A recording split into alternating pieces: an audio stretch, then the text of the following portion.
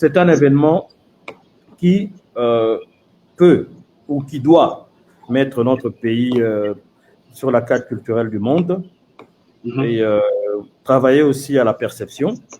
C'est une implication pas seulement du ministère du tourisme, de la culture. C'est les infrastructures, c'est l'intérieur et la sécurité, c'est ce que je viens de présenter ici. Je pense que chacun des ministères impliqués doit être dans l'organisation, mais ça ne s'arrête pas là. Je pense que chaque Congolais doit travailler à ce que nous présentions la meilleure image possible de notre pays. Ça va de la salubrité des lieux où va se tenir l'événement,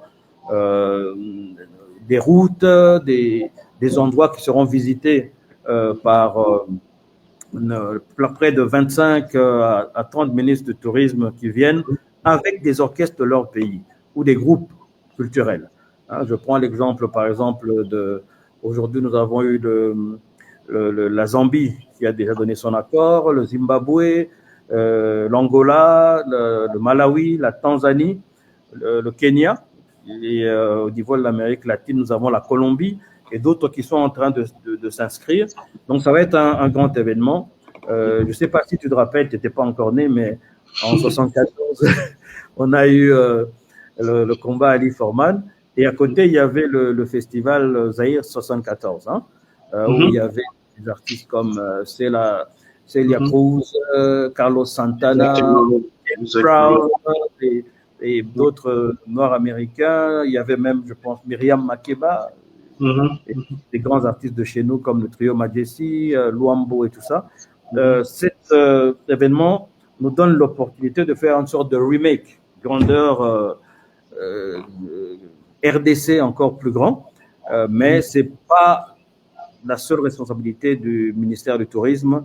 Je pense que c'est une responsabilité commune de profiter de cette occasion, surtout en ce moment, de montrer notre résilience, de vendre notre puissance soft power. Je parle de l'art, de la musique, du design, de la gastronomie et tout ce qui peut présenter la RDC d'une manière différente. Je compte vraiment sur vous en tant qu'opérateur du secteur parce que vous serez les premiers bénéficiaires. Hôtels, restaurants, cafés, tout ce qui est tour opérateur, capter ces gens qui viendront là pour que vous puissiez leur montrer, parce que nous, on a un programme qui est assez limité. Il y a des gens qui vont rester une semaine, nous, on est là sur 3 jours. On va avoir évidemment des concerts, des prestations musicales, il y aura aussi des visites de lieux, le musée et tout ça. Mais vous êtes les premiers bénéficiaires parce que vous pouvez capter ces gens qui viennent là. On parle en moyenne de 600 à 1000 personnes.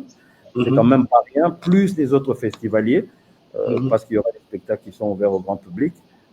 C'est une occasion, à mon avis, exceptionnelle dans cette période-ci, de continuer à montrer que le Congo reste debout et que nous n'allons pas nous laisser intimider par les fossoyeurs, ceux qui veulent être les fossoyeurs de développement de notre pays. Voilà.